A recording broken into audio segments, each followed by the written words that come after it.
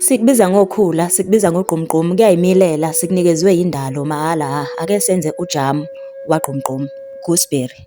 U-rich-ke kuma-vitamin C owenza ukuthi-ke usekele isikhumba sakho nje nokuphola kwey'londa uma uney'londa. Uma uwudla futhi uzothola ama-antioxidants azokwazi ukuthi-ke ungabi nako ukuvuvukala phela.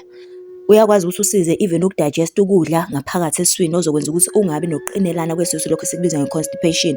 Uzophinde futhi ukusize ukwazi ukubona kahle emehlweni ngoba uno-vitamin A. Uphinde futhi uregulate even ushukela egazini.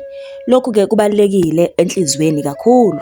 Ine-potassium, inama-antioxidants, iyenza ukuthi ukuhamba nje kwegazi kwakho kuhambe kahle.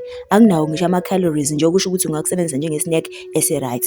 Ine-iron, ine-phosphorus, okuwo wonke ama-mineral adingakalayo kakhulukazi emathanjeni nokusebenza nje komzimba jikelele. Ungakufaka-ke kuma-smoothie noma ungakomisa noma ungakwenza kujamu njengami. Mina-ke ngiyayithandela into enoshukela ngenza kwethu yikho ngenza ujamu. Okulula ufaka nje noshukela ukubilise, akukho okunye.